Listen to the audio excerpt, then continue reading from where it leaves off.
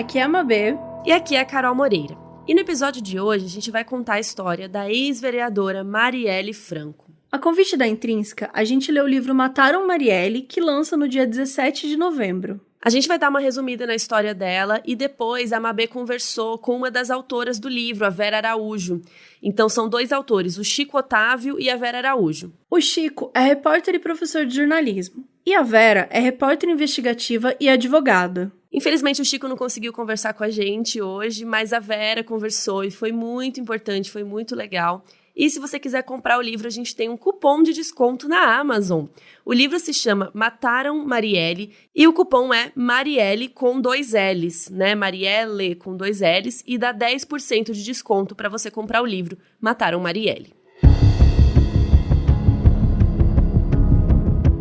A Marielle foi uma liderança nascida e criada na favela. Em 2016, foi eleita vereadora com 46 mil votos, sendo a 5ª mais votada.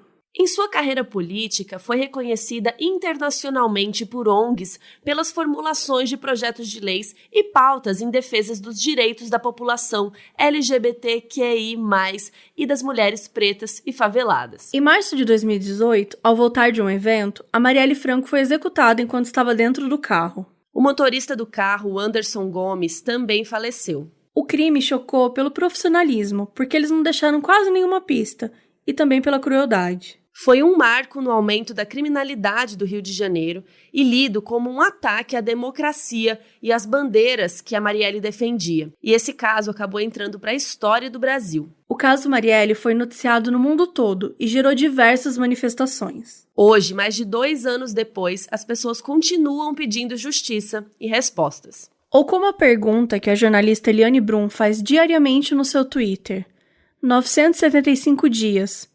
Quem mandou matar Marielle? Não serei interrompida, não aturo o interrompimento dos vereadores desta casa, não aturarei de um cidadão que vem aqui e não sabe ouvir a posição de uma mulher eleita, presidente da Comissão. Esse trecho que vocês ouviram agora foi o último pronunciamento da Marielle Franco antes de ser executada. Mas vamos começar pelo início. Marielle Franco nasceu em 27 de julho de 1979 no Rio de Janeiro. Cria da Maré, como ela mesma dizia, ela cresceu no Complexo da Maré, no subúrbio carioca. Aos 10 anos de idade, ela já levava e buscava sua irmã mais nova, a Aniele, na escola. E era ela quem frequentava as reuniões de pais. Aos 11 anos, ela já começou a trabalhar com a mãe e juntava dinheiro para pagar seus estudos. Ela trabalhou como camelô, assistente de creche e dançarina de funk. Em 1998, ela ficou grávida e casou com seu namorado. Interrompeu os estudos por causa da gravidez e a sua filha, Luyara, nasceu no fim daquele mesmo ano. No ano de 2000, ela perdeu uma amiga para a guerra entre polícias e traficantes da Maré e começou a militar pelos direitos humanos. E nunca mais parou. Denunciava a violência policial que conhecia de perto. A Marielle conseguiu voltar para os estudos e se formou em Sociologia e depois fez mestrado de Administração Pública na UFF. Em 2004, ela conheceu a Mônica Benício e elas começaram a namorar. Em 2017, elas foram morar juntas, ela, a Mônica e a Luyara, a filha da Marielle. E o casamento delas estava marcado para o fim de 2018. Mas, infelizmente, esse dia nunca chegou.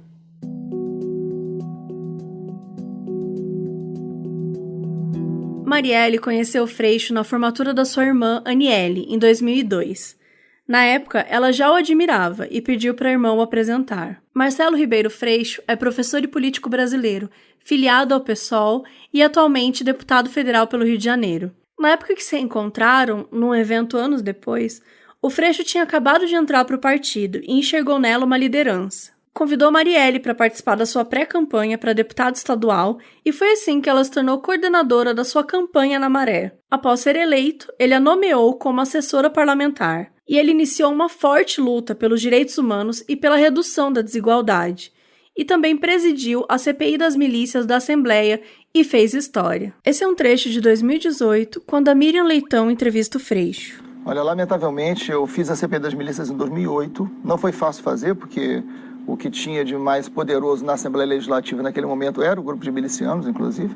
Eu só consigo fazer a CPI porque um grupo de jornalistas de um jornal do Rio de Janeiro é barbaramente torturado ao fazer uma investigação de milícia numa área de milícia, e aí a imprensa compra a pauta né, da milícia e a pressão externa sobre a Assembleia me faz aprovar, senão não teria aprovado a CPI das milícias. É bom lembrar esses fatores externos, né, no Poder Legislativo. Ao fazer a CPI das milícias, a gente conseguiu indiciar 225 pessoas, entre eles todos os líderes de milícia, entre eles deputados e vereadores. Foram todos presos. Então não foi uma CPI que terminou em pizza, né? Mas ali, Miriam, a gente fez inúmeras recomendações, são 58 recomendações, né? Essas recomendações vão ao Ministério Público, ao Poder Judiciário, ao Congresso Nacional e ao Poder Municipal.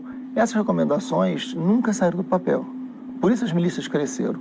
Hoje tem um percentual enorme da vida das pessoas que está submetida ao poder desses caras. A milícia é um grupo armado que domina territórios. É importante explicar minimamente também, porque como tem gente do Brasil inteiro assistindo, não necessariamente conhece ou domina isso que o carioca, lamentavelmente, já se acostumou. São grupos armados, uma parte considerável deles vinculados a agentes da segurança pública da ativa e ex-agentes, que dominam o território, dominam todas as atividades econômicas desse território. Aí ele explica o que seria um marco na luta contra o crime organizado. Crime organizado geralmente é um nome que se dá às atividades de um grupo que se envolve em algo ilegal, mas que precisa de uma preparação, uma coordenação para aquele crime acontecer. É tipo uma empresa, só que de coisas ilegais, assim, tipo o Poderoso Chefão ou Breaking Bad e tal, que tem toda uma estrutura por trás que ajuda e permite com que aquelas coisas aconteçam e funcionem. O Marcelo Freixo ainda presidiu a CPI das armas em 2011 e teve que sair do país e inspirou até um personagem do filme Tropa de Elite. O personagem era o Diogo Fraga, professor de História e militante dos direitos humanos, que se torna deputado estadual e também preside uma CPI contra as milícias. A Marielle trabalhou com o Freixo por anos e por isso parecia muito natural que ela seguisse os passos dele, se candidatando ao cargo de deputada estadual, o que implicaria abrir mão do mandato que ela tinha no momento. Era também o desejo do Freixo. Ele foi uma espécie de mentor, assim, para ela no início, então ele torcia muito para que ela continuasse no caminho e tal. E a Marielle conquistou a presidência da Comissão de Defesa da Mulher e brigava muito no plenário, defendia diversos temas que faziam parte da agenda parlamentar dela, como discussões sobre homofobia, sexismo, negritude. E a Marielle incomodava. Ela era uma mulher forte, assertiva, ela não se esquivava de nenhuma briga, né? Ela era muito uma boa líder. Mas, apesar disso tudo, ela nunca tinha sido ameaçada de morte. Ela queria se candidatar para o cargo de senadora e tinha muito apoio para isso, mas ela queria terminar o seu mandato antes, ou, como ela gostava de falar, mandata. Porém, o PSOL, partido que ela atuava, tinha outros planos para ela, lançá-la como candidata a vice-governadora do Rio na chapa com o Tarcísio Mota pelo PSOL. Mas Marielle foi executada antes de anunciarem a chapa.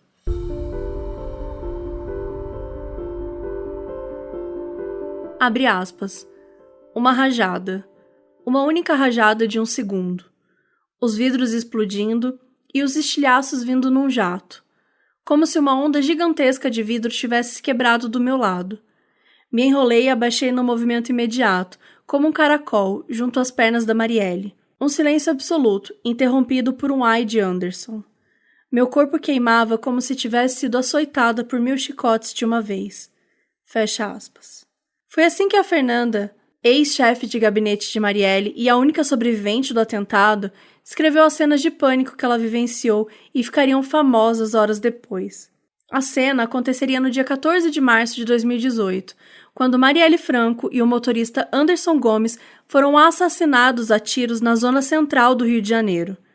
A Marielle estava saindo da Casa de Pretas, um espaço coletivo de mulheres negras que ficava na Lapa. Ela tinha sido mediadora do tema Jovens Negras Movendo as Estruturas, um evento promovido pelo PSOL. Ali fora, estacionado na mesma rua, estava um carro prata parado. Por 2 horas, o carro ficou ali, aguardando até que o evento acabasse.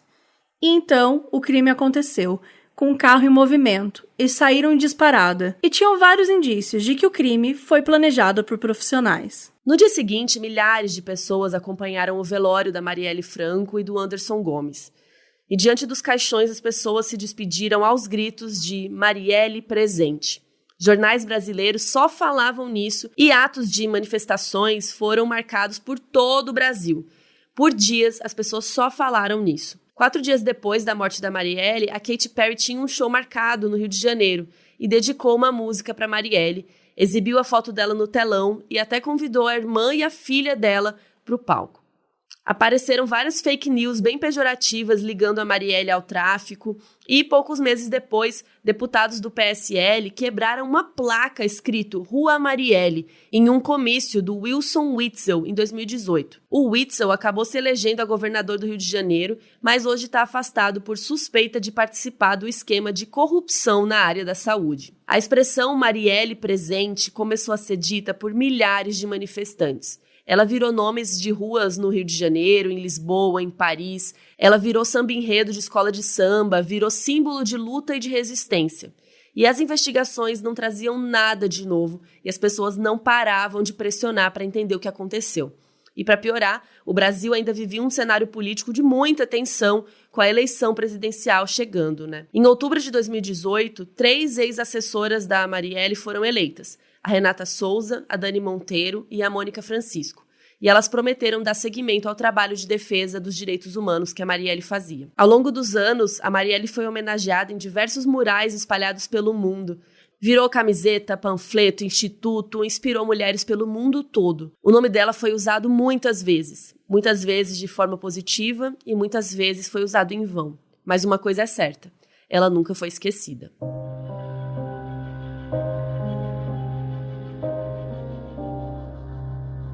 Anderson, o motorista da Marielle, tinha 39 anos e tinha sido contratado por ela fazia só um mês, porque o motorista dela estava de licença médica. No dia que morreu, Anderson tinha se atrasado porque tinha ido no aeroporto do Galeão entregar um currículo para uma vaga que era o seu sonho, mecânico de aeronave. Morava na Zona Norte com a esposa Agatha Arnaus e o filho Arthur, de 1 ano e 10 meses. O filho dele tinha uma doença congênita.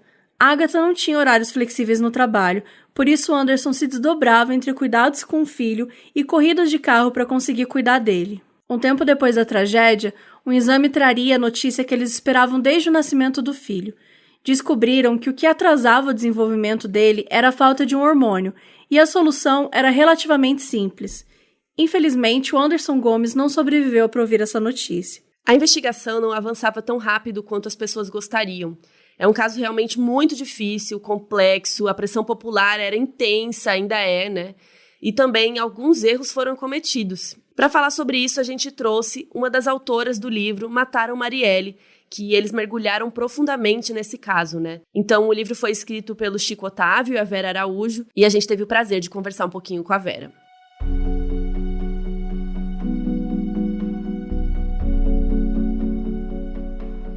E a gente está aqui com a escritora Vera Araújo. Ela esmiuçou, né, ela junto com o Chico Otávio, esmiuçaram as diversas linhas da investigação do livro Mataram Marielle. Então, antes de começar, eu queria agradecer, né, você ter vindo, você tá aqui falando com a gente. Então, primeiro, obrigada por esse espaço. Eu que agradeço para você, Mabê, Carol, e para todo mundo do Modus Operandi. Eu espero que o pessoal goste desse podcast. Enfim, a gente vai abrir o coração aqui. Boa. E acho que antes de começar, acho que seria legal você contar um pouquinho sobre você, sabe? Sobre a sua carreira, o que você realmente achar que faz sentido até para entender um pouco o que levou você a escrever esse livro, esse tipo de coisa. Bom, eu sou repórter investigativo no Jornal o Globo, né? Eu estou lá desde o ano 2000, né? E eu sempre cuidei muito dessa área de segurança pública, área a parte criminal, né?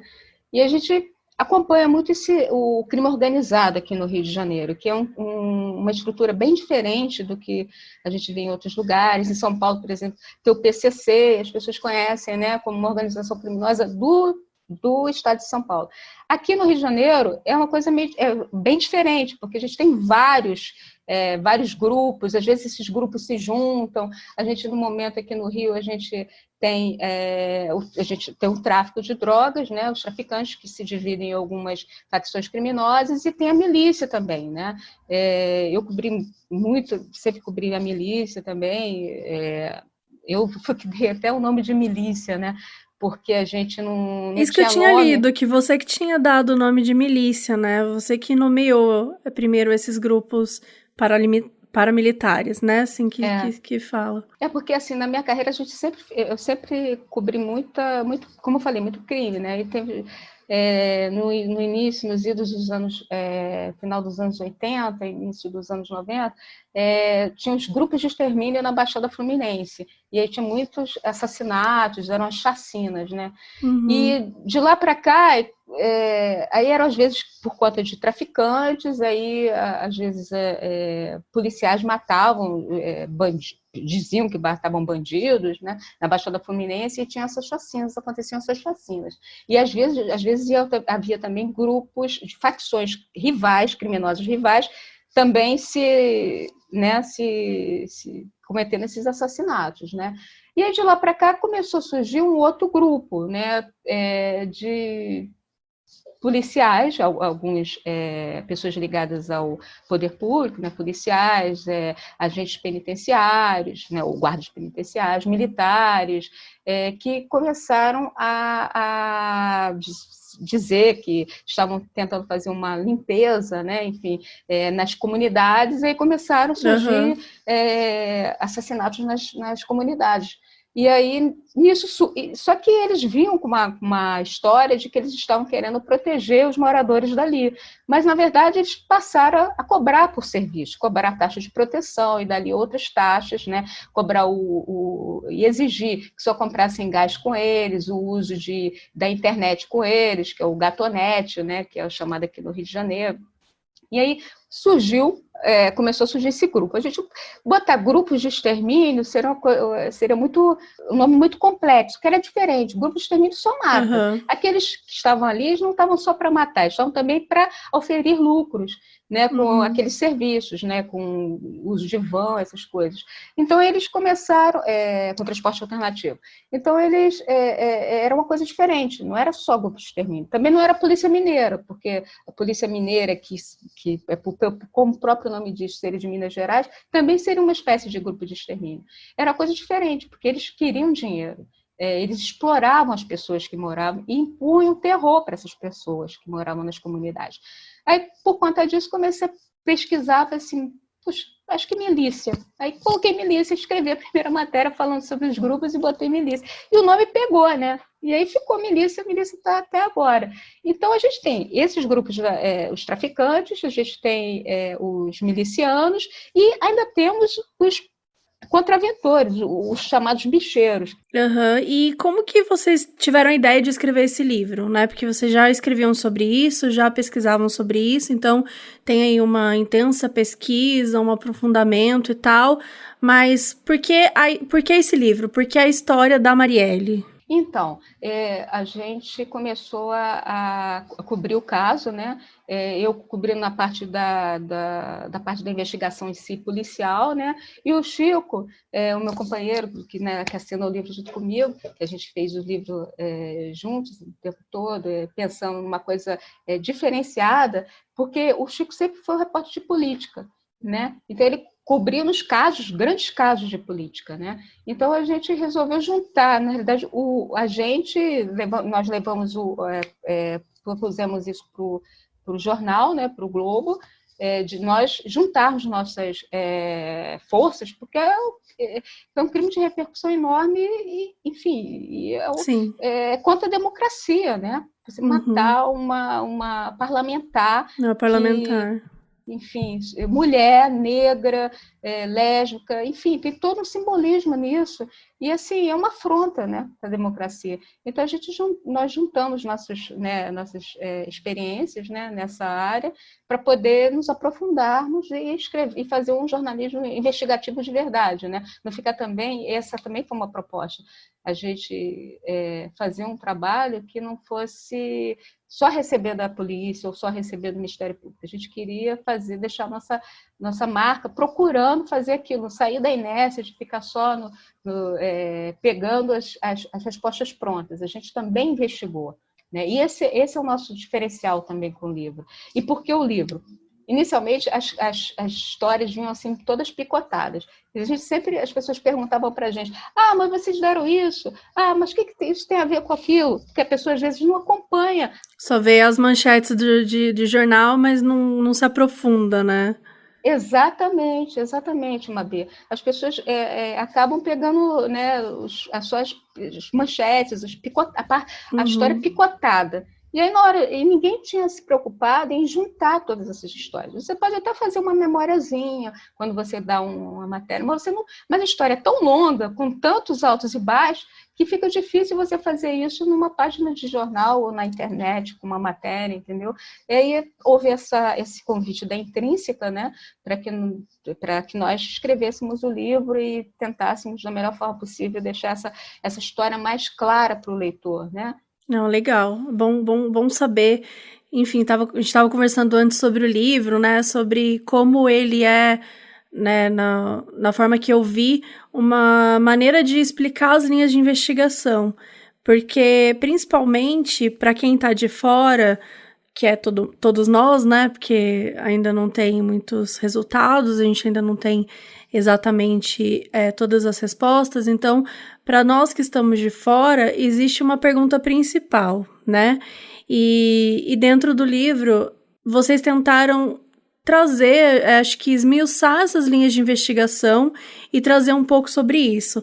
Será que você conseguiria explicar? É assim, eu acho que vai ser difícil, mas resumidamente, quais foram as linhas de investigação do livro que vocês exploraram? Então, inicialmente surgiram várias linhas de investigação para o caso, que a própria Delegacia de Homicídios começou a tentar puxar o fio do novelo, né?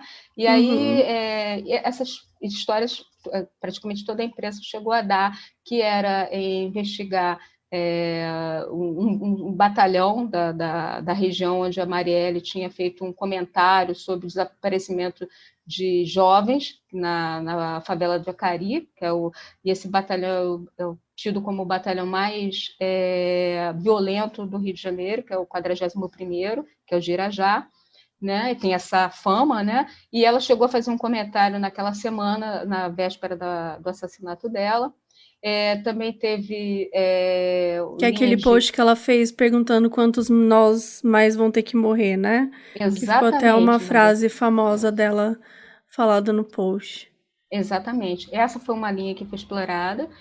Também tem a linha de coisas, de projetos dela, que de repente ela pode ter feito algum tipo de explanação na Câmara dos Vereadores, durante o plenário, que também poderia, de repente, ter desagradado, né, alguém ali, né? E essas foram as linhas mais... porque é o seguinte, primeiro os policiais pensaram, ela foi ameaçada em algum momento. Ninguém, desde o início, ninguém falou durante os depoimentos de que ela tinha recebido uma ameaça direta, nem ameaça velada. A Thalíria, por exemplo, ela recebeu ameaças diretas, né? Mas a Marielle nunca tinha recebido uma ameaça, né? E também o trabalho dela, também foi uma outra linha, o trabalho dela durante a CPI das milícias. Também foi citado, foi uma das linhas também que a Delegacia de Homicídios e o Ministério Público também tentaram se aprofundar para ver se seria um deles, né, o fato que levou ao assassinato, uma das razões do assassinato, né?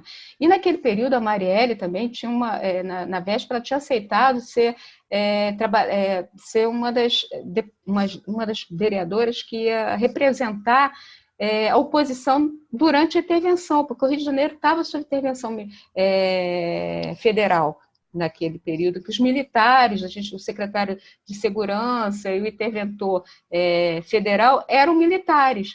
E ela foi morta justamente naquele período de uma certa... da intervenção federal, que na realidade era uma intervenção militar, de certa forma, né? Porque eram militares que estavam no comando da segurança pública do Rio de Janeiro. Então, tudo isso foi levado em conta naquele período também. Pode falar um pouquinho sobre essa parte da intervenção militar? Como que seria o papel dela? O que foi realmente essa intervenção? o papel da Marielle ali seria ser de fiscalização mesmo, para que os direitos humanos fossem respeitados, os direitos das pessoas, entendeu? Principalmente para a Marielle sempre ter vindo de uma, né, se cria de uma comunidade, ela cria de uma favela, melhor dizendo, né, porque hoje em dia a comunidade a gente não usa mais, a favela mesmo, porque as pessoas têm essa identificação, a identidade delas é da favela, veio da favela, isso é importante porque isso mostra a importância de você de manter suas raízes, né? E Marielle era isso, ela mantinha as raízes, ela tinha esse olhar especial para a área de direitos humanos que ela já tinha adquirido, não só por ela ser da Maré, né, uma cria da Maré, como ela costumava dizer, como ela também ela ganhou muita expertise na época que ela trabalhou com Marcelo Freixo, no PSOL, durante o mandato dele como deputado estadual, né? Então, ela cuidava dessa parte da Comissão de Direitos Humanos. Então, Marielle tinha essa bagagem. Isso estava era uma das propostas dela. Ela estava no mandato, que ela chamava de mandata, até. Né? A gente cita dela, isso também, achei bem interessante. Exatamente. A mandata dela era justamente com esse olhar especial para a área de direitos humanos, a proteção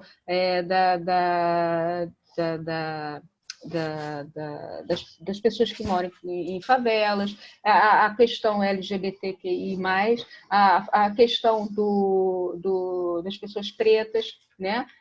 Enfim, isso tudo fazia parte. Então, ela representava. E a gente sabe que quando tem uma intervenção federal, né, que muitas vezes os direitos, em alguns casos, os direitos humanos, eles são relegados, né, tem que ter uma pessoa cuidando disso, uma pessoa fiscalizando, e ela era a pessoa mais indicada, né, houve um consenso para isso, né, então foi por isso que ela assumiu. E qual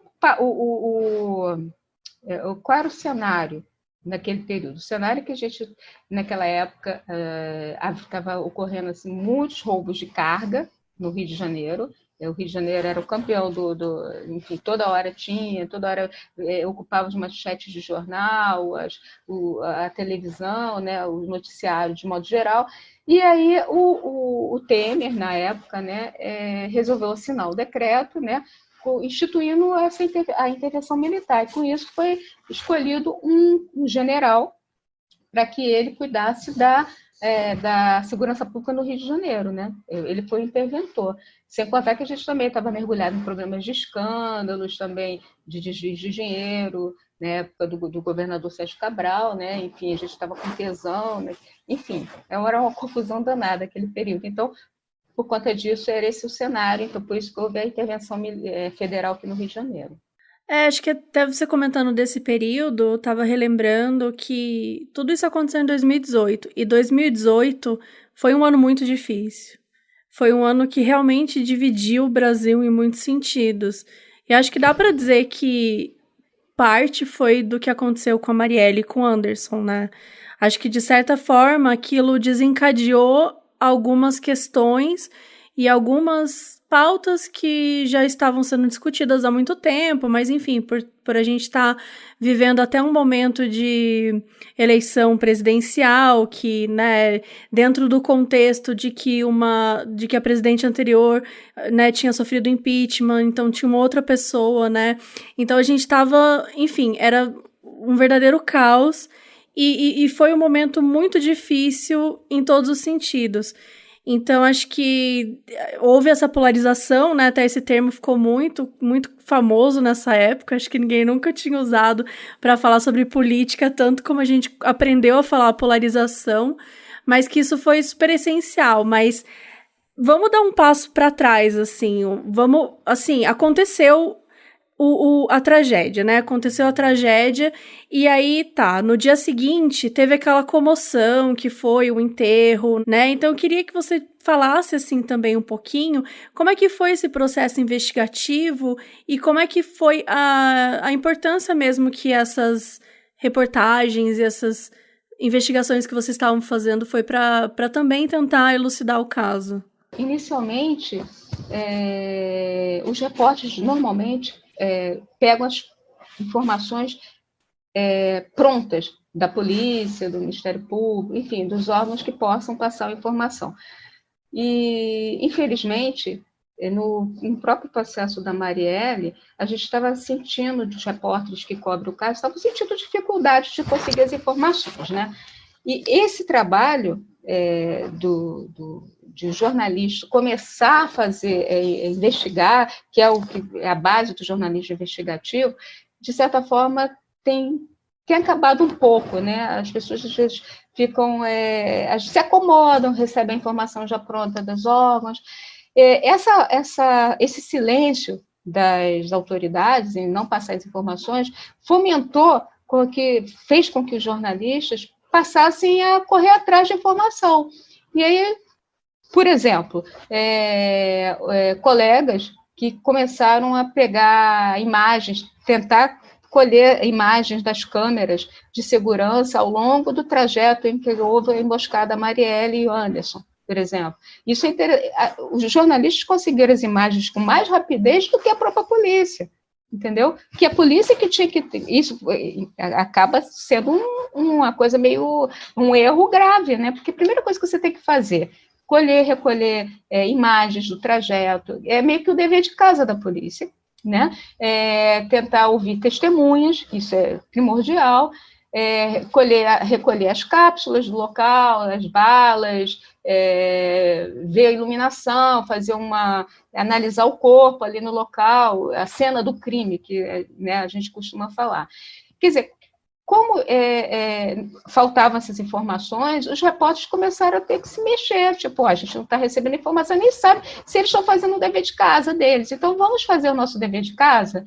Então, pensando nisso, alguns repórteres colheram imagens e, nesse caso, ir no local do crime, no horário, isso foi uma coisa que eu fiz, entendeu? Eu disse, gente, temos que ir no local do crime, ver se alguém viu alguma coisa, né?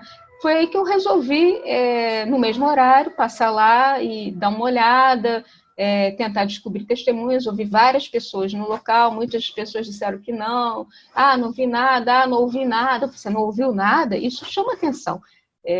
Houve um tiro, né? Foi uma rajada, ninguém ouviu nada, aí veio aquela ideia, local público, tem uma estação no metrô em frente ao local onde a Marielle e o Anderson foram executados, quer dizer, não é possível que ninguém tenha passado ali. Eu sei, o horário é complicado, o local, a iluminação justamente na cena do crime, ali, no ponto, era ruim, mas, assim, as pessoas estavam voltando do trabalho, por volta de 9 horas da noite, 9h15 da noite, enfim, foi daí que eu tentei, assim, num dia de semana, à noite, né, olhar o local, pesquisar. Eu fiquei sentada numa escadaria, tentando analisar o local, saber se a iluminação realmente é ruim,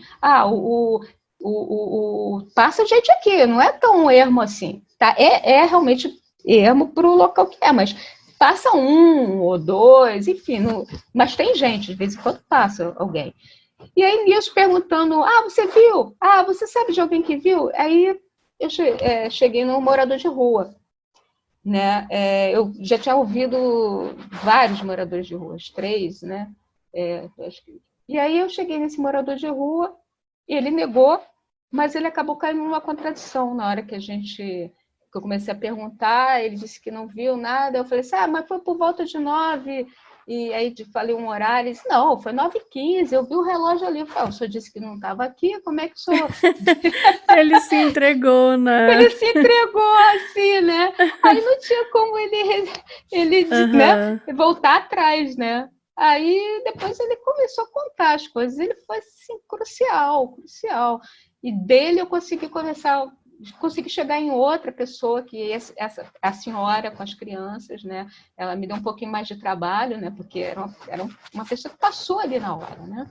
E às vezes a pessoa não tem uma rotina. foi essa rotina que me fez ir ao local, porque eu falei assim, gente, não é possível, será que no dia, no mesmo horário, eu não vou encontrar alguém, não sei o quê? A coisa da rotina é uma coisa forte. E eu fiquei surpresa. Principalmente por ter uma estação de metrô, né? Então, realmente é um lugar que as pessoas entram e saem, teoricamente, em horários parecidos, né? Em horários que fazem aquela rotina ali. Então, realmente, é uma ideia boa para conseguir rever pessoas que estiveram ali, né? Exato, exato. Quer dizer, eu pensei, tive esse insight, assim, eu falei, vou lá ver, vou ver qual é, né? E aí realmente tinha essas pessoas, né? Eu consegui depois de alguns dias encontrei a senhora com algumas dicas, tudo né, perguntando daqui, dali.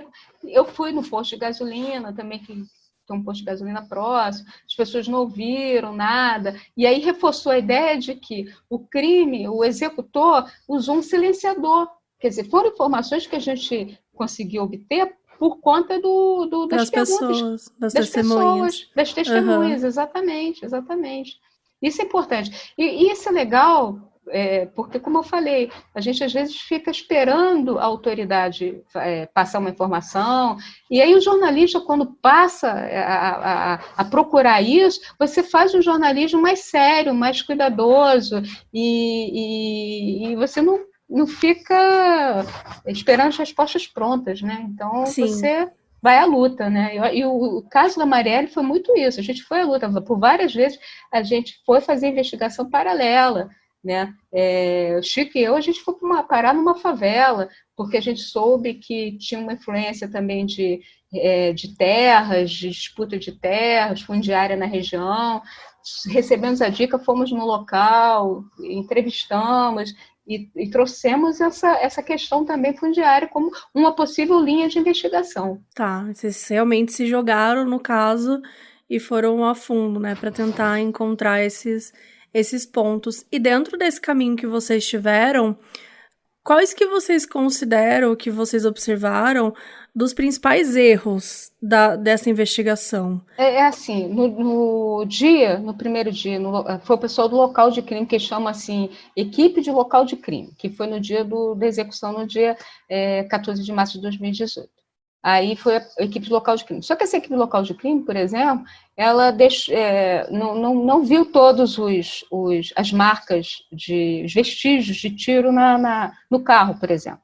Né? Isso acabou, esses pedaços, fragmentos de balas que foram encontrados no carro, foram encontrados muito tempo depois, quando o carro ficou na delegacia de homicídios, assim, sem proteção nenhuma, qualquer pessoa podia ver, tocar no carro, no pátio, na calçada da delegacia. Não houve nenhuma preservação de prova. Exatamente.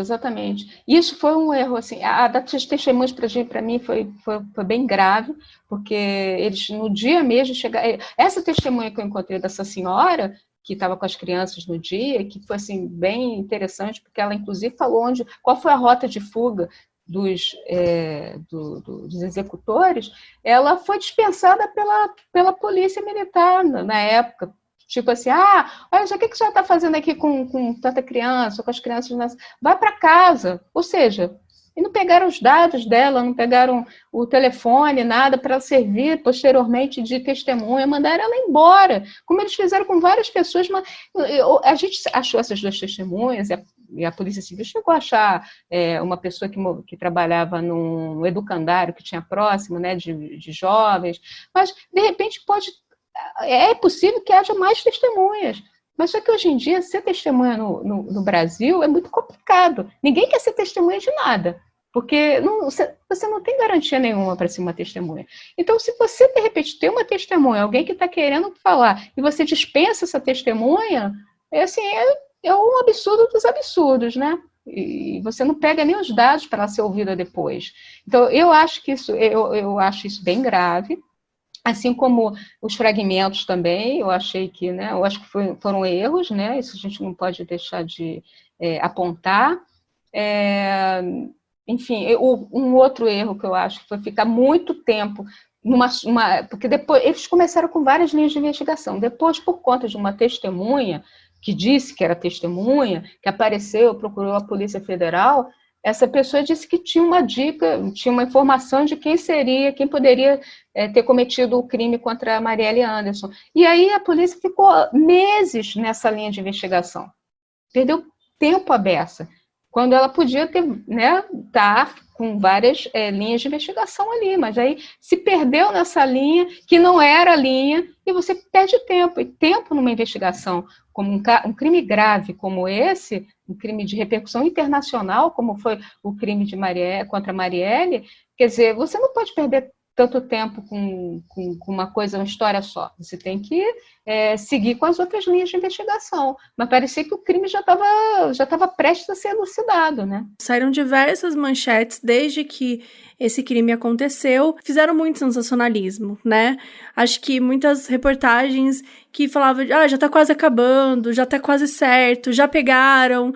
E a real é que eu queria entender, assim, um pouquinho, que você contasse pra gente, o que a gente tem de mais atual, assim, porque o livro, ele não tem um fim pra isso, porque o caso não tem um fim, né?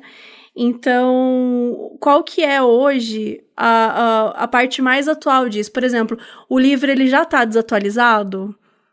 Ou ele não... O livro não está desatualizado, porque ele nesse momento ele está atualizado. Eu não sei se no dia que, enfim... porque, novembro de 2020 está atualizado, né? Exatamente. O Brasil, a gente não pode atualizar nada, assim, as coisas vão mudando muito rápido. Exatamente. Por exemplo, qual o quadro hoje? A gente tem a polícia chegou, né, depois dessas idas e vindas, de perder um pouco de tempo, né, com informações fake, né? Enfim, chegou ao Rony Lessa. A partir de quê? Rony Lessa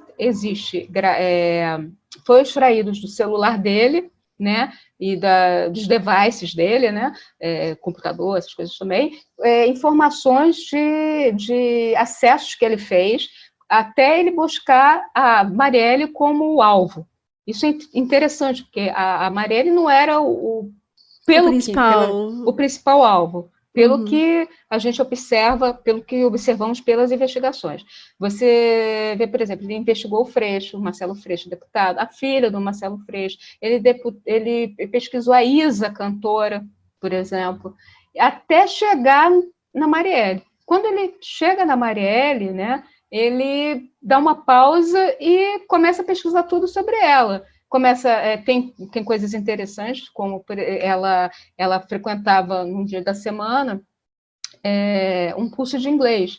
Ele fez a pesquisa do endereço próximo onde ela fazia o curso de inglês no dia que ela, né, naquela semana que ela ia para o curso de inglês.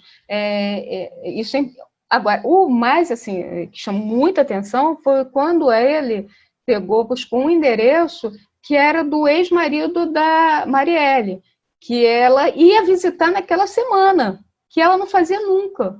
E isso chamou muita atenção dos investigadores, principalmente das promotoras do Ministério Público, né, do GAECO, que é o Grupo de Atuação Especial, né, contra o crime organizado, de combate ao crime organizado, e que eles fizeram, enfim, o Lessa e seus cúmplices, né, porque também isso não está muito claro se ficou o Lessa sozinho, né?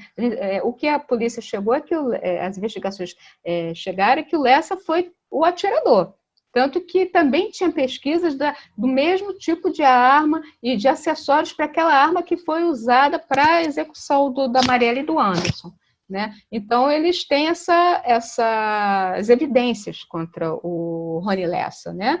E o Elcio de Queiroz, por ser o condutor do veículo para a emboscada. O Elcio de Queiroz, um ex-PM. O Lessa, é bom dizer que o Lessa ele era do BOP, né? Ele perdeu a perna durante uma explosão, né? Mas não, enfim, ele não estava no BOP nessa época, mas tudo indica que na época ele trabalhava para um contraventor, né? É um pouco dessa guerra da máfia do jogo de bicho no Rio de Janeiro, que é uma outra guerra que tem por aqui, né? Mas, enfim, o que a polícia tem de evidências é contra o Lessa de ser executor e o Elcio de Queiroz ser o condutor do veículo, porque ele, como ex-PM, na época que ele era da corporação, ele era o que eles chamam de patameiro, era o que dirigia as viaturas da polícia militar. Então, e eles são muito amigos, eles são compadres. Então, para uma empreitada dessa, o Lessa usaria uma pessoa de confiança. Então, isso tudo amarra uma investigação, essa investigação da Marielle e do Anderson. E além disso, quer dizer, como eu falei... Ambos estão presos hoje. Ambos estão presos no Presídio Federal em Porto Velho, no norte, em Rondônia, né? No norte do país. E por conta justamente dessas evidências que foram, dessas provas, né? E o carro também a polícia também conseguiu fazer o trajeto do carro a partir de imagens, né, de câmeras, né? Mas só que em nenhum momento, como o vidro era muito isso filmado, esse filme escuro, em nenhum momento foi possível ver quem estava dentro do carro. O que faz com que, hoje em dia, o Ministério Público tem uma guerra jurídica aí que chegou ao Supremo Tribunal Federal para fazer com que o Google, né, libere informações que possam fazer com que tenha mais provas, evidências de que aquele carro, que o Lessa ou alguma pessoa ligada ao Lessa estava nesse carro. Né? Enfim, tem umas disputas judiciais aí ainda por conta do caso da Marielle. Para conseguir pelo geolocalizador, é isso? De device? Não, na verdade, o que Ou a imagem da câmera mesmo? Não, é uma coisa meio complexa. Vou tentar explicar da forma mais simples possível, porque essa história é muito complexo, né? Esse negócio de Google, devices, enfim. Para a gente também, como repórter, que a gente não está acostumado, a gente nem é repórter de informática dessa área, né? Mas a gente tem que começar a aprender, né? Enfim, é o seguinte, é porque o carro usado na emboscada, enfim, tudo indica que esse carro foi visto em dezembro de 2018, do mesmo ano que ocorreu o crime. Depois do crime, ele foi visto numa via expressa aqui na Transolímpica, uma via expressa que tem aqui no Rio de Janeiro. E foi visto no pedágio. Tem essa imagem dele no pedágio, mas a ideia é o seguinte, tentar, segundo os investigadores, tentar descobrir como eles têm o horário exato que o carro ficou ali, saber dentro de 10 minutos, tipo 5 minutos antes, 5 minutos depois, no período ali, quais eram os celulares que estavam ligados pela internet ali naquela região. E para isso eles precisam do localizador do Google para saber quais os aparelhos que estavam ali ativos. Porque por conta disso, fazendo uma seleção, na verdade, eles não querem saber o nome de todas as pessoas, não, mas tentar descobrir se alguma dessas pessoas, pedindo até a própria operadora, saber se alguma tem ligação, o nome do Lessa, o nome de alguém ligado ao Lessa, enfim, abrir esses dados. Encontrar outras pessoas que poderiam estar envolvidas, né? Exatamente. Agora, isso cai naquele problema da privacidade. Porque existe um monte de situações. Que é um direito das pessoas, né? Exatamente, um direito das pessoas. O Google alega na sua defesa, né, para não abrir esses dados, de que está respeitando a privacidade das pessoas, na individualidade de cada um, né? Ao mesmo tempo, essa discussão foi recentemente para o STJ, né, por isso que agora está no STF, que estão aguardando essa decisão, mas no STJ entendeu, a Justiça do Rio e o STJ entenderam que esses dados para a elucidação de um crime como o da Marielle, um crime de tanta repercussão, que esses dados sejam quebrados, entendeu? Só que o Google recorreu e agora está no STF. Mas a ideia dos investigadores é justamente saber, por exemplo, quem estava nesse local, nesse momento que o carro passou no pedágio, e também saber, no dia em que, naquela semana em que a Marielle foi assassinada, quem são as pessoas que fizeram, pelo localizador, né, saber quem pesquisou, desculpa, pelo localizador não, nesse caso pela busca, aquela busca histórica, né, historical search, né? saber quais foram as palavras, tipo Marielle, Casa das Pretas, o local onde ela fez o evento antes de ser assassinada, né? Saber quem foi que fez essa pesquisa antes, para tentar separar ali, ver se tem alguém com envolvimento com Rony Lessa ou com crime organizado. Isso é muito interessante de pensar, porque significa que, dependendo, ainda podem vir atualizações aí por conta de tecnologia, né? Se isso for para frente, se o Google não recorrer mais, enfim, se tiver que abrir, né, essas informações, talvez ainda tenham mais atualizações ainda nesse sentido. E algo que vocês trouxeram no livro, que eu acho que é interessante trazer também, é o quanto a tecnologia ajudou, né? O quanto que a tecnologia ajudou nesse caso, sejam nas investigações, seja para conseguir entender um pouco sobre os próprios suspeitos, e também para entender também sobre a Marielle.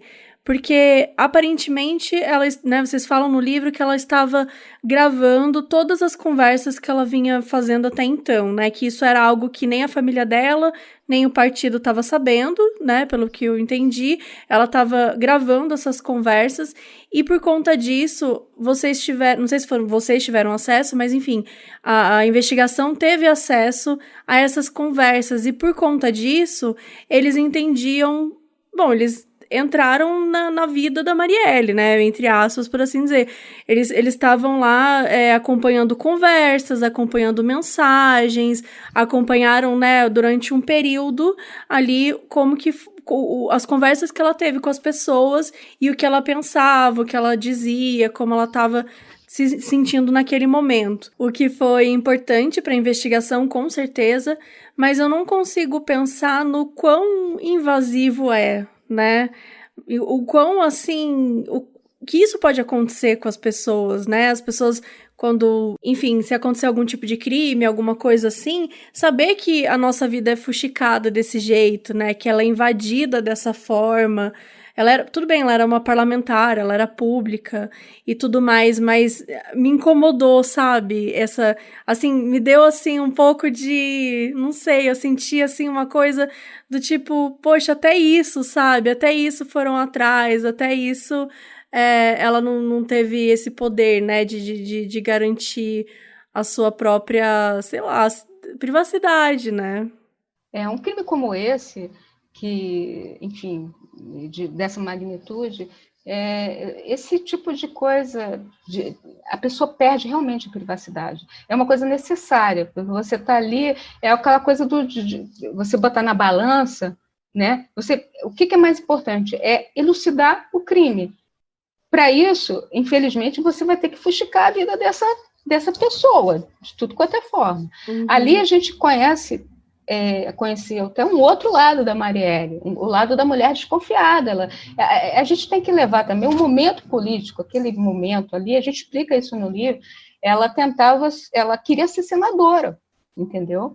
Ela queria, se ela tivesse que deixar o cargo dela de vereadora, ela preferiria, até porque as pessoas estavam cobrando isso dela, né? As mulheres estavam cobrando isso dela. Ela estava crescendo. As pessoas já até chamavam ela de senadora, né? Brincando assim na Câmara. Exatamente. Ela estava crescendo a figura, porque ela era de um carisma assim sem igual. Realmente o carisma dela, ela era assim, ela sabia ser doce na hora que tinha que ser doce, ela sabia ser aguerrida, guerreira na hora que tinha que ser. Ela era uma pessoa muito forte, temperamento assim, muito... enfim, ninguém imaginava. Só depois que ela começou a atuar, se você pegar as imagens, a gente fez esse trabalho de pesquisa, pesquisamos as falas delas em plenário, você vê como é que ela se posicionava. Ela era muito assertiva em tudo. E qualquer coisa, ela era de uma inteligência, de uma perspicácia, ela conseguia perceber qualquer coisa que viesse denegrir a imagem de uma mulher preta, de qualquer tipo de coisa, uma favela, qualquer coisa que ela visse ali naquele plano, ela pedia a palavra para poder falar e se impor. Olha, tem um episódio que foi com Marcelo Siciliano, um dos vereadores, que inclusive esse vereador no início, quando houve aquela primeira linha de investigação, uma das linhas de investigação que a polícia estava seguindo era contra, colocava o Marcelo Siciliano como um dos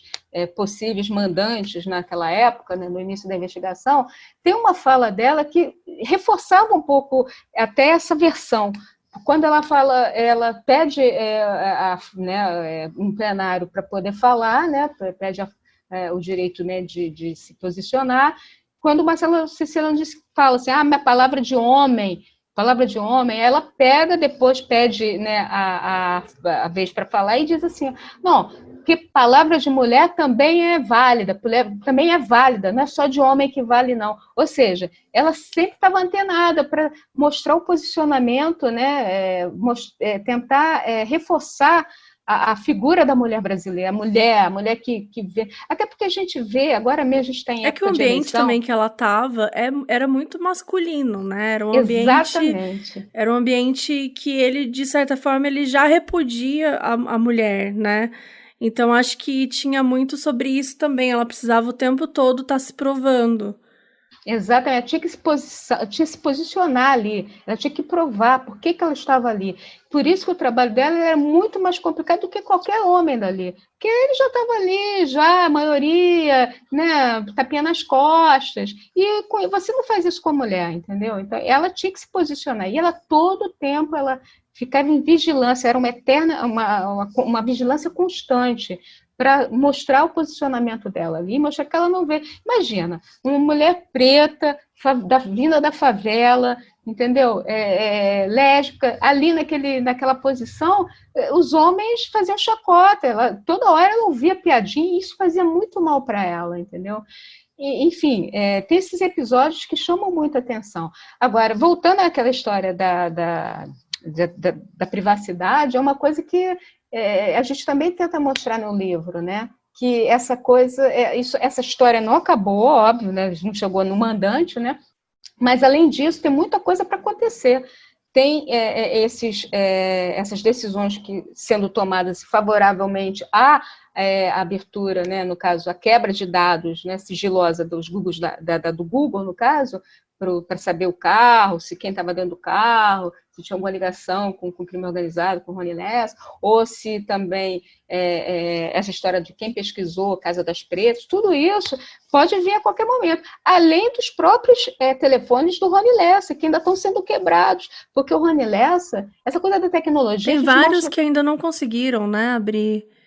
Exatamente, tem vários que não conseguiram abrir. Então, isso ainda está para acontecer, entendeu? Porque eles tinham vários e-mails, eles tinham vários celulares, eles tinham um maior cuidado. Ele usava o celular de última geração, porque quanto mais novo o aparelho, mais tecnologia, mais difícil de fazer essa quebra dessa segurança dos aparelhos, entendeu? E isso passa a ser uma arma fator, também, né?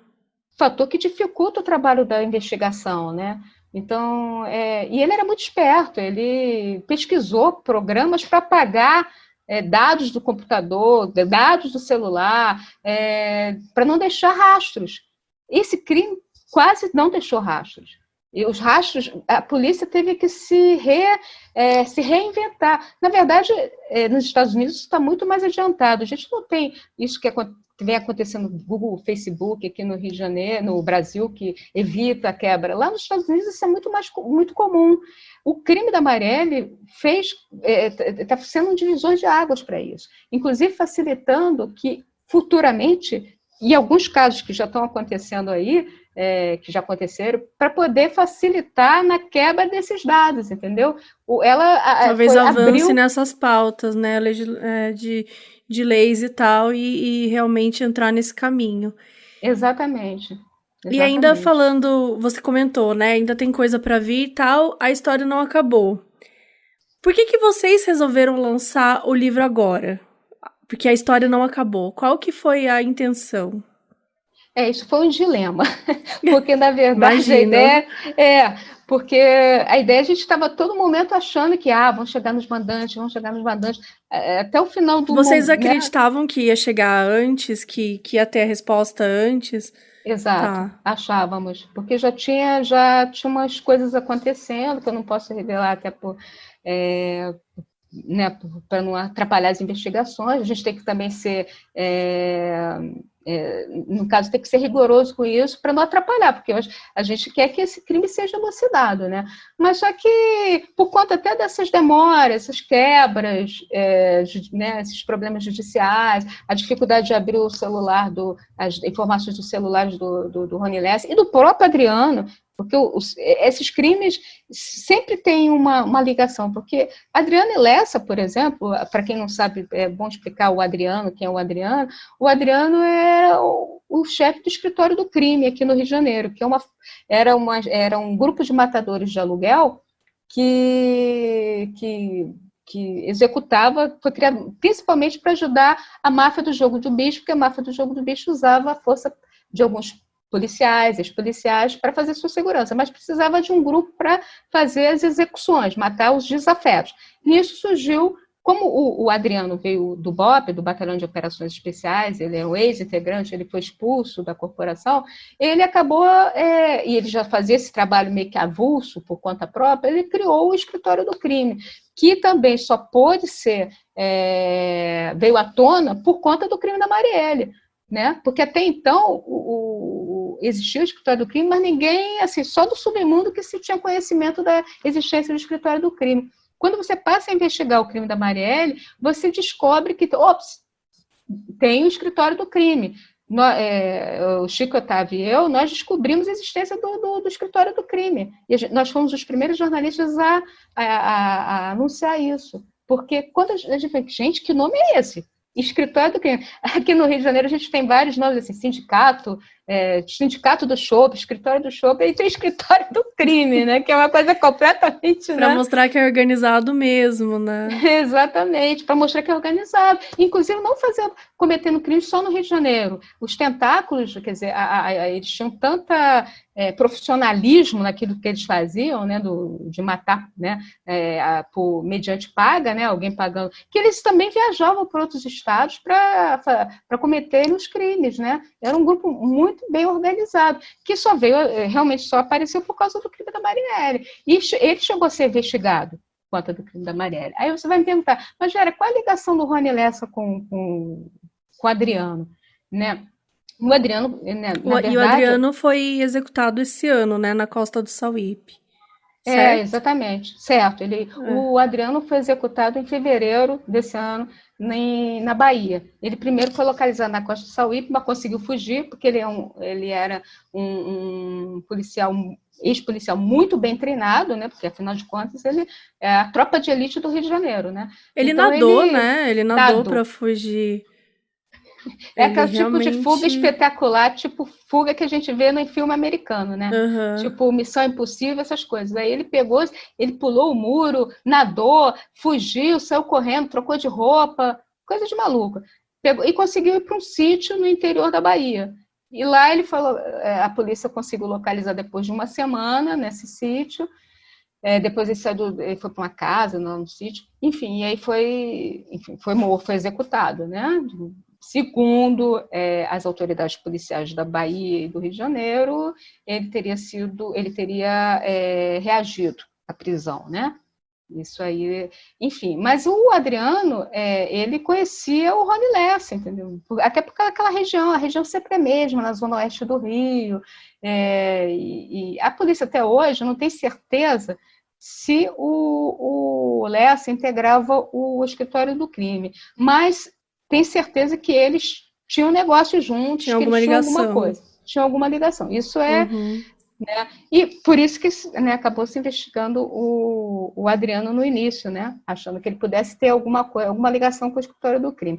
E aí, quando ele foi executado, como bem você lembrou, Mabê, esse ano, em fevereiro, né, na Bahia, foram apreendidos vários celulares. E como esses criminosos costumam comentar né, pelo telefone, falar alguma coisa, ainda há a esperança de que, de repente, num celular de Adriano, possa ter alguma informação. E o celular de Adriano também, esses celulares todos também estão sendo quebrados, houve a quebra do sigilo celular deles, e isso, agora estou tentando descobrir também, abrir o celular, porque eles colocam códigos, é aquilo que eu falei sobre a segurança dos devices, né, que é bem rigorosa, porque eles usam celulares de última geração, né.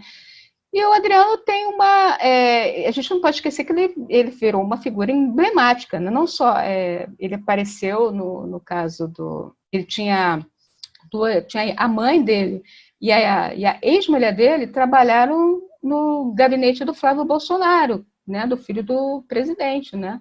E tinha uma ligação com ela, com o outro Queiroz, que não é o Queiroz da Marielle, às vezes dá confusão, mas é o Queiroz do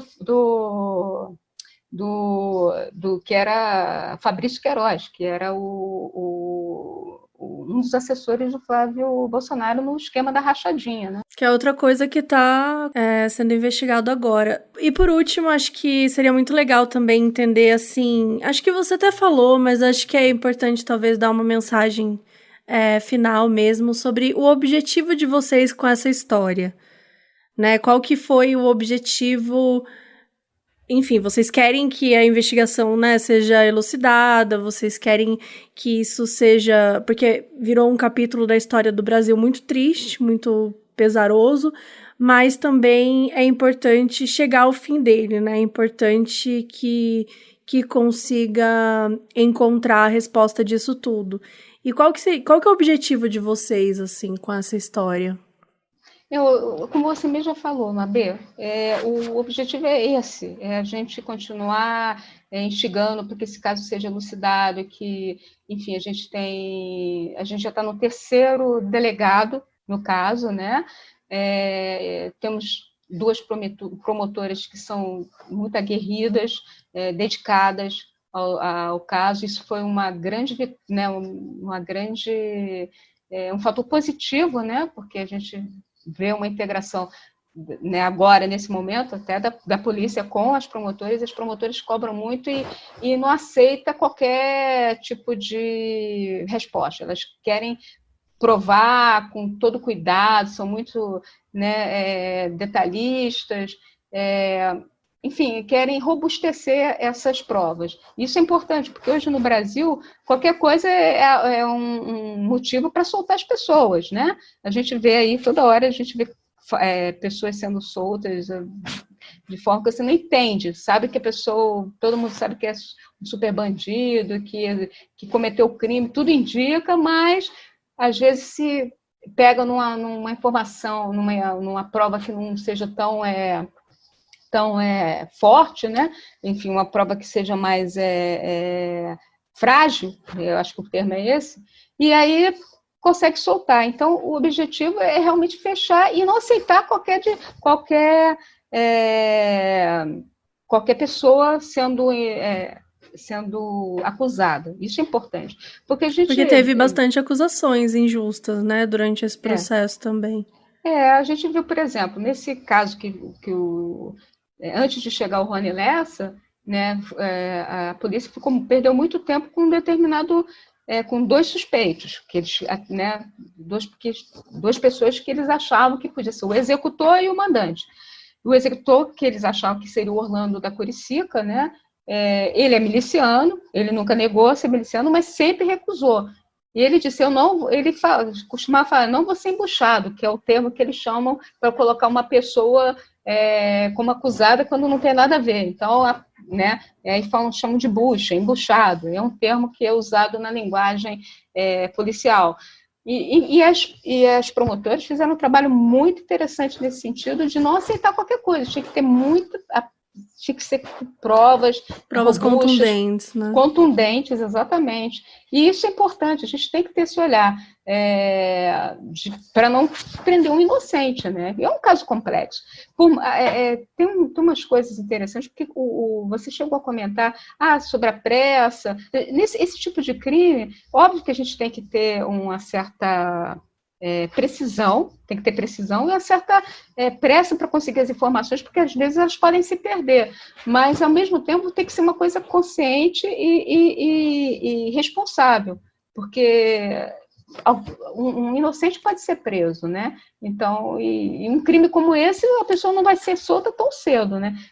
Então, é preciso ter as informações bem detalhadas, bem robustas, para poder levar o caso até o final e ter certeza absoluta que esses são os executores, esses são os mandantes.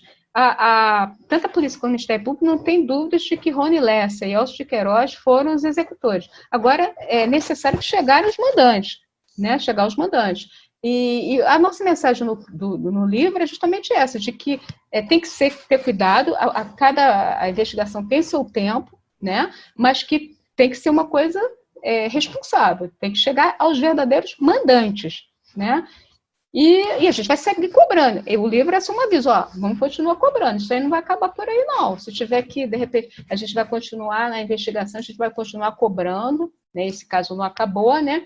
E a outra coisa que também foi importante é mostrar que a gente não pode, isso aí já é um pouco pelo jornalismo investigativo, que a gente não pode deixar só por conta da polícia. A gente também, o jornalista não pode, aquilo que eu falei durante o modus operandi aqui, durante o tempo todo, a gente não pode comprar versões prontas, a gente tem que sempre duvidar e correr atrás das nossas próprias, fazer nossa própria investigação paralela, uma investigação paralela, para chegar a... Ter certeza do que está falando, né?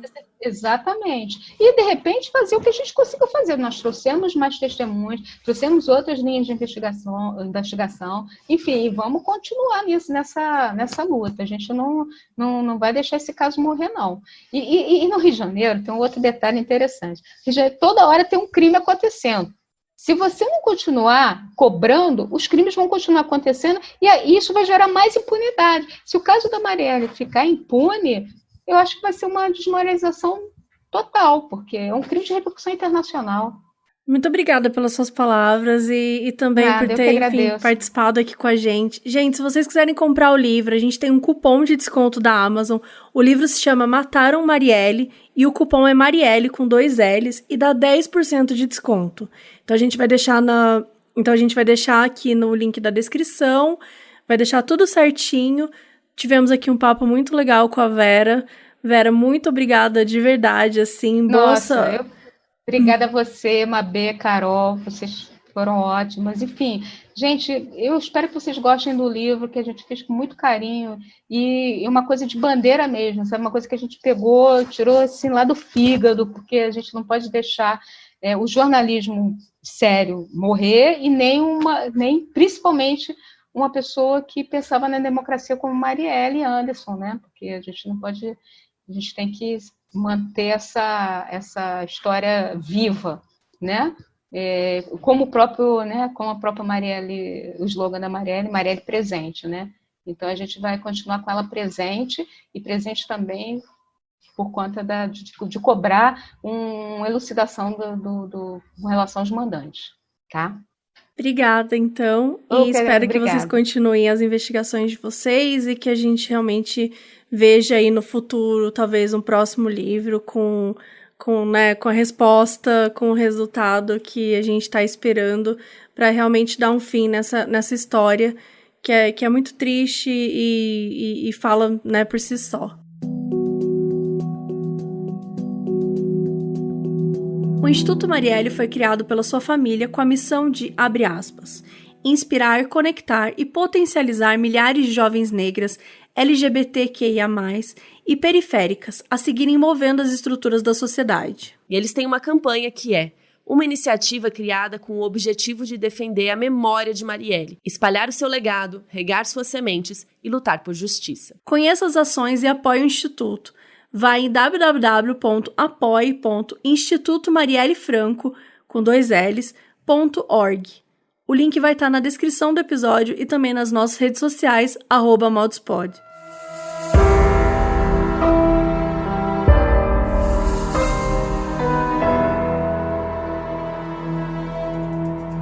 Esse episódio foi escrito por Mabê Bonafé e apresentado por Mabê Bonafé, Carol Moreira, com contribuição de Vera Araújo.